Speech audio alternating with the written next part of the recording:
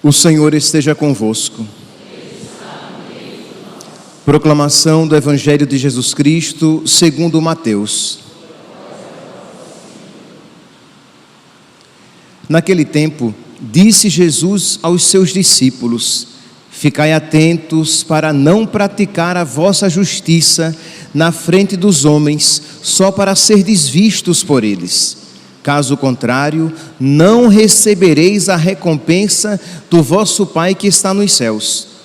Por isso, quando deres esmola, não toques a trombeta diante de ti, como fazem os hipócritas nas sinagogas e nas ruas, para serem elogiados pelos homens. Em verdade vos digo, eles já receberam a sua recompensa. Ao contrário, quando deres esmola, que a tua mão esquerda não saiba o que faz a tua mão direita, de modo que a tua esmola fique oculta, e o teu Pai, que vê o que está oculto, te dará a recompensa. Quando orardes, não sejais como os hipócritas, que gostam de rezar em pé nas sinagogas e nas esquinas das praças, para serem vistos pelos homens. Em verdade vos digo, eles já receberam a sua recompensa. Ao contrário, quando tu orares, entra no teu quarto, fecha a porta e reza ao teu Pai que está oculto, e o teu Pai que vê o que está escondido, te dará a recompensa. Quando jejuardes, não fiqueis com o rosto triste como os hipócritas. Eles desfiguram o rosto para que os homens vejam que estão jejuando. Em verdade vos digo, eles já receberam a sua recompensa. Tu, porém, quando jejuares, perfuma a cabeça e lava o rosto, para que os homens não vejam que tu estás jejuando, mas somente teu Pai que está oculto, e o teu Pai que vê o que está escondido, te dará a recompensa. Palavra da salvação.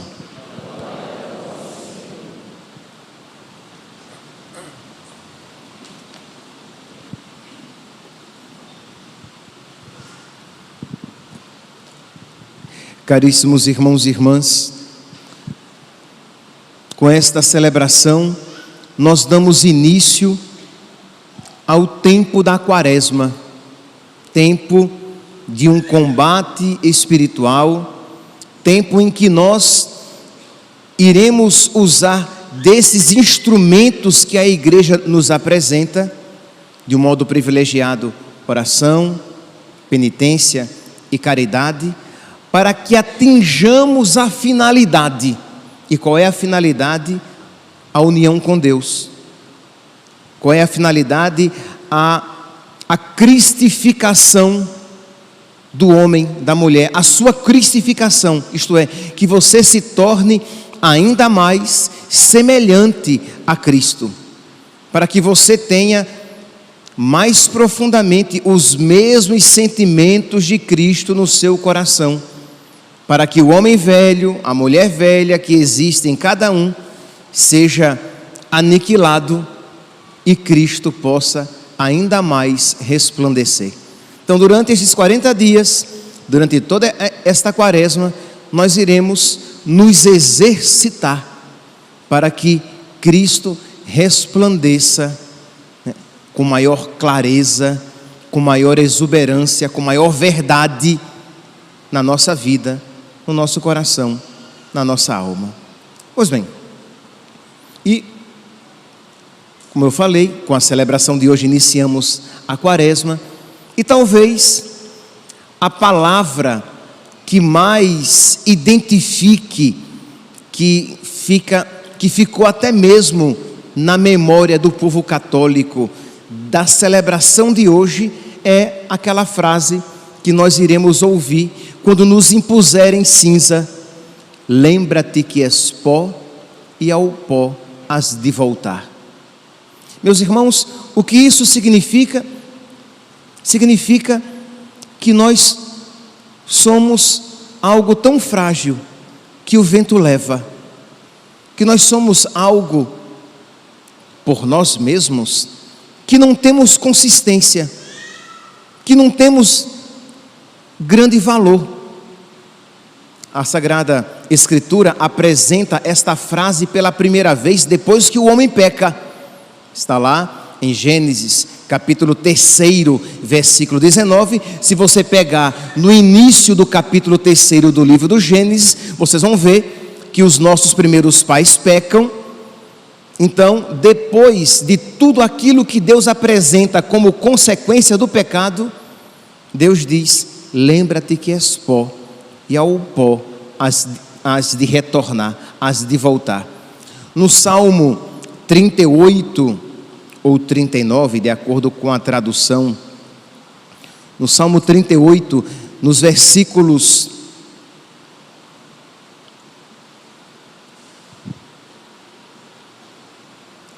no versículo 6, Salmo 38, versículo 6, vocês vão encontrar algo semelhante a isso. Diz aqui o salmista: diante de vós a minha vida é um nada. Isto é, o lembra-te que és pó recorda-nos o nosso pecado, recorda-nos que somos pecadores, mas nos recorda também que independentemente disso, nós somos um nada. O que é o homem, Senhor, para vós? Isto é, essa verdade deve nos levar à humildade. Esta verdade deve nos levar à obediência diante de Deus. Quantas vezes nós nos rebelamos contra a vontade de Deus, pensando saber o que seja melhor para nós, ou pensando-nos capazes de julgar os ensinamentos de Deus, os mandamentos de Deus. Então, lembra-te que és pó, faz com que nós nos coloquemos no nosso lugar de criatura, de pó, de nada. Diante de vós, minha vida é como um nada. Todo homem não é mais do que um sopro. Salmo 38, versículo 6. No Salmo 89, no versículo 12, vem uma outra afirmação semelhante, em que o salmista, ele diz assim: ensinai-nos a contar os nossos dias. Isto é, a nossa vida é como um nada, a nossa vida é breve. O que são, serei generoso, tá? 70, 80, 90, 100 anos, 110, 120, misericórdia, acho que ninguém aqui chegará a 120, ninguém. Mas o que são 120 anos diante da eternidade? E o que são 120 anos vividos entre quedas e soerguimentos, na limitação da nossa vida, diante do onipotente, do onipresente, do onisciente, do Deus Todo-Poderoso? Nossa vida é um nada. Então, Senhor, ensinai-nos a contar os nossos dias e dai ao nosso coração sabedoria, para que eu veja que em Deus está a verdadeira felicidade, para que eu veja que, embora a minha vida seja breve, se eu viver a brevidade da minha vida na busca da amizade com Deus, Ele me concederá a eternidade feliz, Ele me concederá a participação na sua vida. Se durante a brevidade da minha vida eu buscar o Senhor, Ele me concederá a eternidade, Ele me concederá a divindade, Ele me concederá, como diz São Pedro, a participação na sua própria natureza. Então isso é sabedoria, buscar, focar naquilo que verdadeiramente importa. Por isso, ensinai-nos a contar os nossos dias e dai ao nosso coração sabedoria. E esta súplica, dentre outras, deve estar presente nos nossos lábios e no nosso coração durante este tempo da Quaresma. Isto é, quando nós nos impusermos penitências e propósitos que nós, com sabedoria, nós os observemos. Por quê? Porque nós estamos escolhendo a melhor parte, nós estamos nos exercitando no amor, Nós estamos nos exercitando para que nós renunciemos o egoísmo, renunciemos o pecado, renunciemos aquilo que nos afasta de Cristo, para que nós nos tornemos mais semelhantes a Jesus, para que nós tenhamos no nosso coração sentimentos semelhantes aos seus, para que nós aprendamos na prática da nossa vida de que nós não somos nada sem Ele, e isto é sabedoria. Então deve brotar alegria do nosso coração.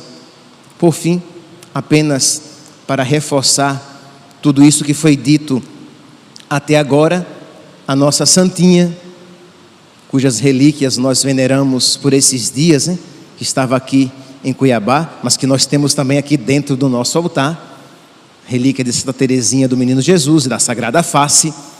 Ela dizia: a minha vida é um brevíssimo segundo, passa rápido.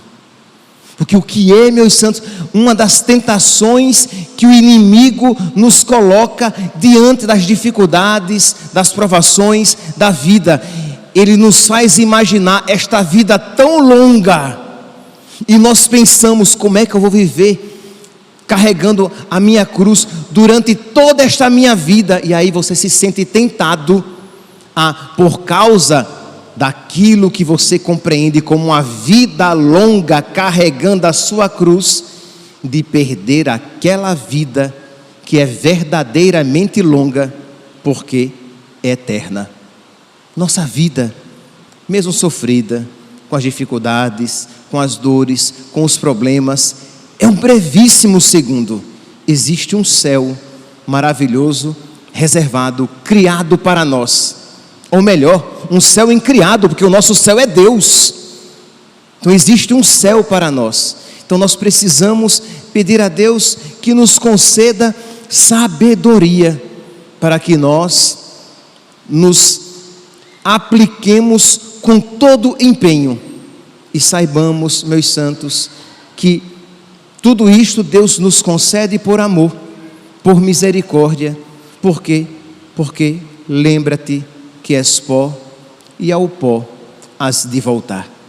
Nós somos um nada. Nesses dias, então, de um modo particular, no dia de hoje, a igreja nos convida a todos, aqueles que estão em estado de graça, aqueles que não estão em estado de graça, nos convida a todos que entremos na fila, reconhecendo o nosso puro nada, a inclinar a nossa cabeça, apresentar a nossa fronte, para que ela seja marcada com aquela cruz de cinza, porque nós nos reconhecemos pó. Os que estão em estado de graça reconhecem o seu nada e sabem que são capazes de pecar, que já pecaram, mas suplicam a Deus a graça da fortaleza e da perseverança no bem. E os que estão em pecado reconhecem-se ali pecadores e suplicam a Deus a graça de um arrependimento mais profundo, de uma contrição mais verdadeira, de uma contrição, isso todos nós devemos pedir, de uma contrição perfeita, de uma contrição no coração, que nos leve a fazer o que é certo, que nos leve a abraçar os mandamentos de Deus, não tanto, nem primeiramente, nem principalmente por medo do castigo, mas por amor e gratidão.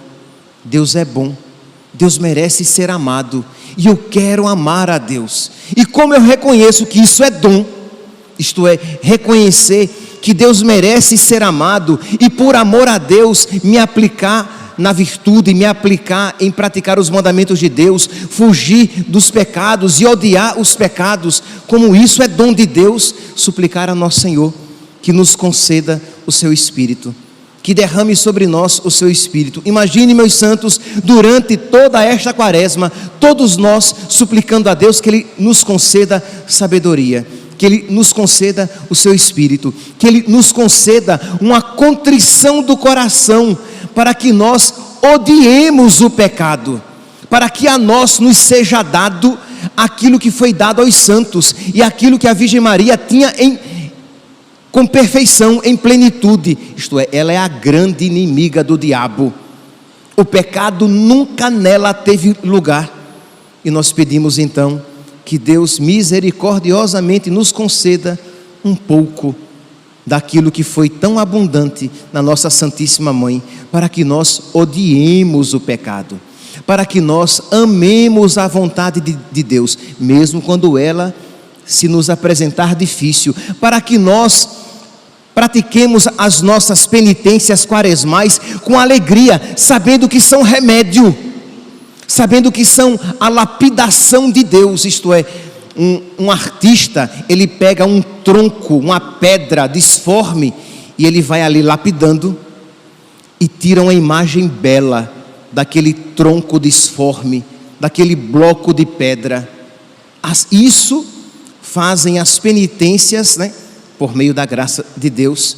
Quando nós nos aplicamos a praticar as penitências quaresmais, Deus vai nos lapidando e tirando desse bloco de pedra, desse tronco disforme, uma imagem tão bela, tão bonita, semelhante ao seu Filho.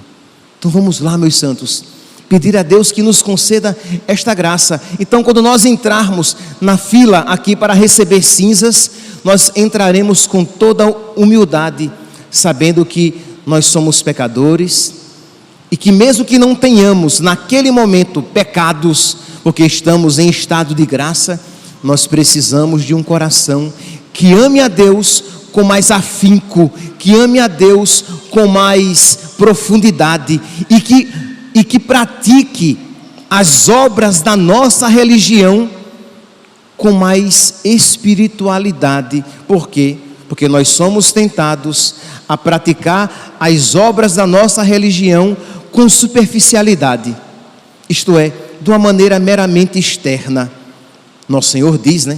Que palavra dura, misericórdia, quando Ele fala assim: este povo me honra com os lábios, mas o seu coração está longe de mim. Imagine Nosso Senhor dizer: este povo não come comida, mas não faz penitência. Isto é, para aqueles que estão jejuando.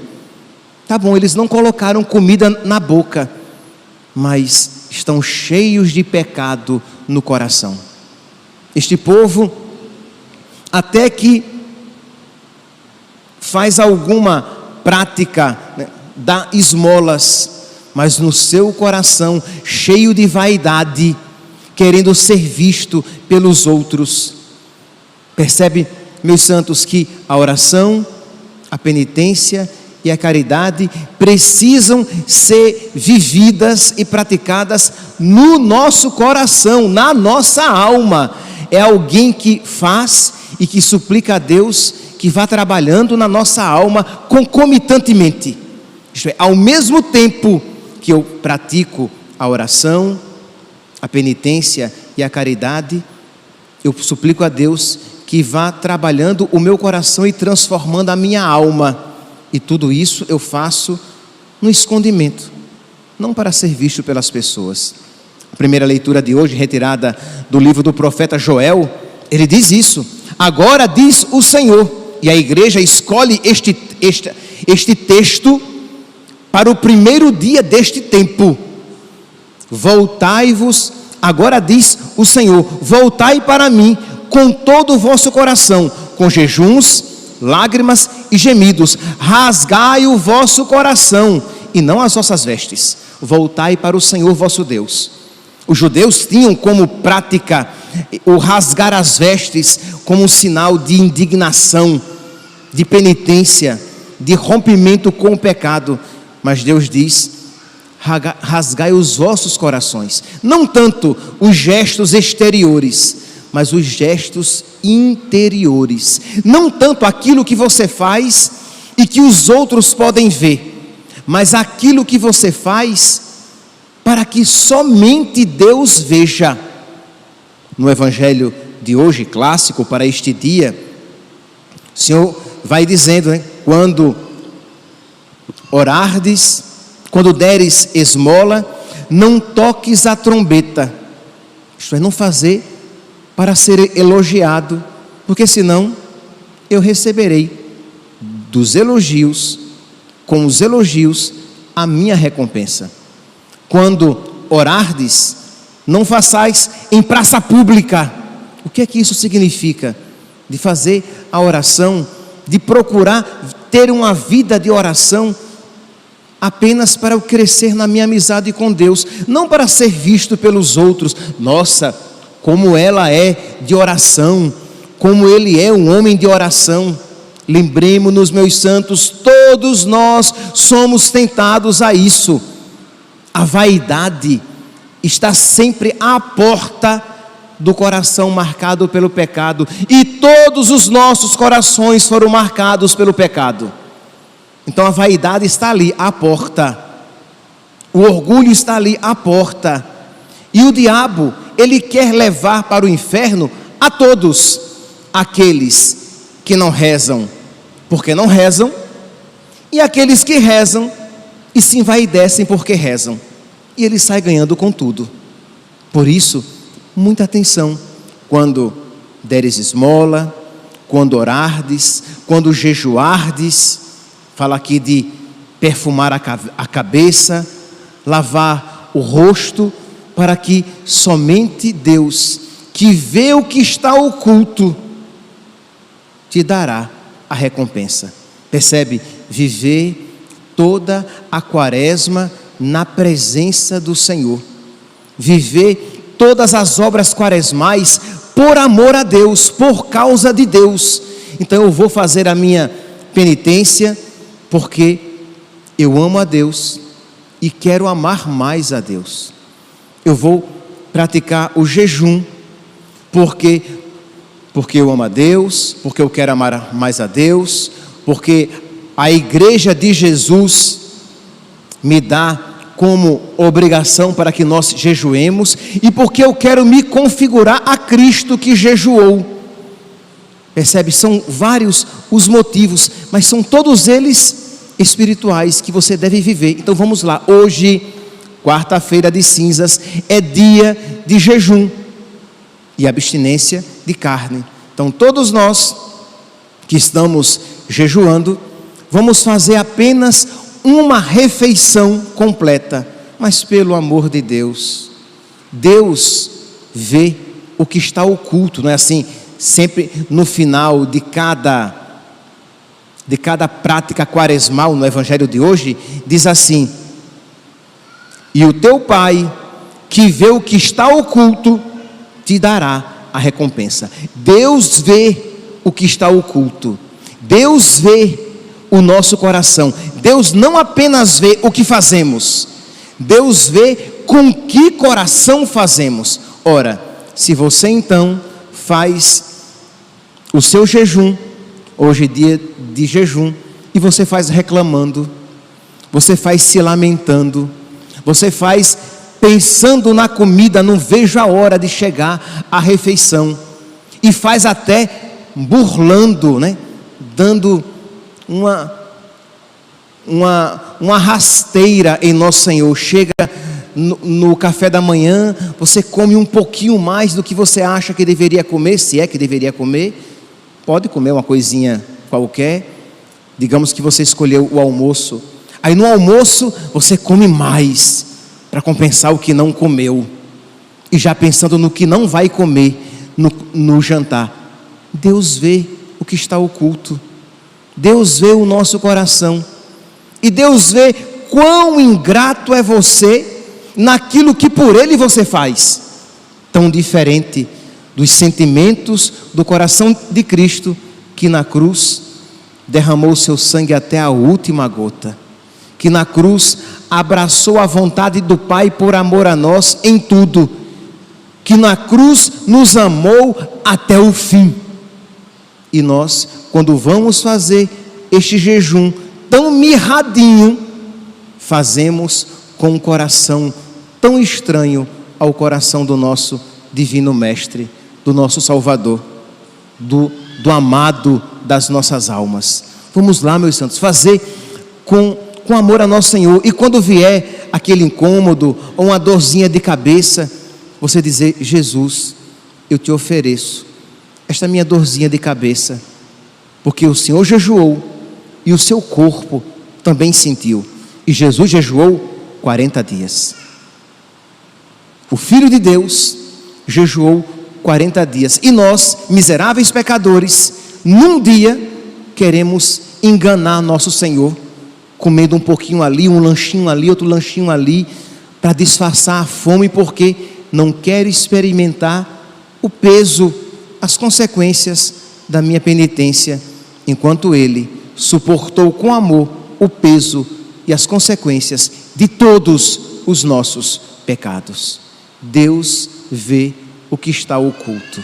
Meus irmãos, que nós hoje então, neste primeiro dia da nossa quaresma, que nós entremos com um coração generoso, para viver o jejum hoje estabelecido, mas também com um coração generoso para viver aqueles propósitos a que nos predispomos, e vivamos bem, e peçamos a Deus perseverança, para que não comecemos e daqui a alguns dias, algumas semanas, já deixemos de lado, ou para que não vivamos durante toda a quaresma reclamando do peso daquele propósito que você se colocou para se unir a nosso Senhor, porque, e com isso termino, a finalidade dos nossos propósitos quaresmais é tão grande, é tão bela, que todo sacrifício vale a pena.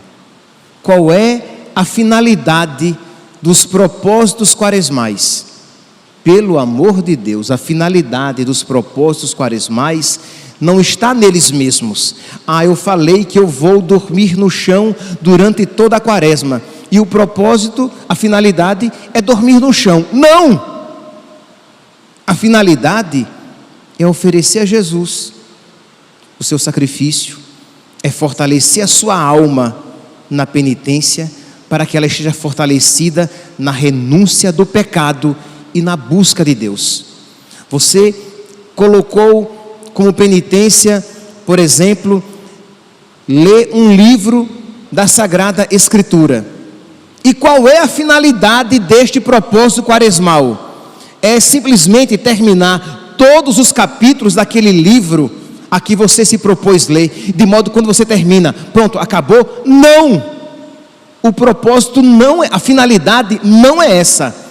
A finalidade desse propósito é configurar você mais a Cristo, é que você se torne mais semelhante a Cristo, é para que você se torne inimigo do diabo, é para que o pecado se torne cada vez mais estranho ao seu coração. E aquela penitência tem como finalidade isso: você se converter ainda mais, se unir ainda mais, ser movido ainda mais pela caridade. Então a finalidade é tão grande, é tão santa, é tão bela, que todo sacrifício neste mundo vale a pena. Peçamos então, meus irmãos, a graça de viver intensamente este tempo que, como diz São Paulo, e aqui termino, ele diz assim: este é o tempo favorável.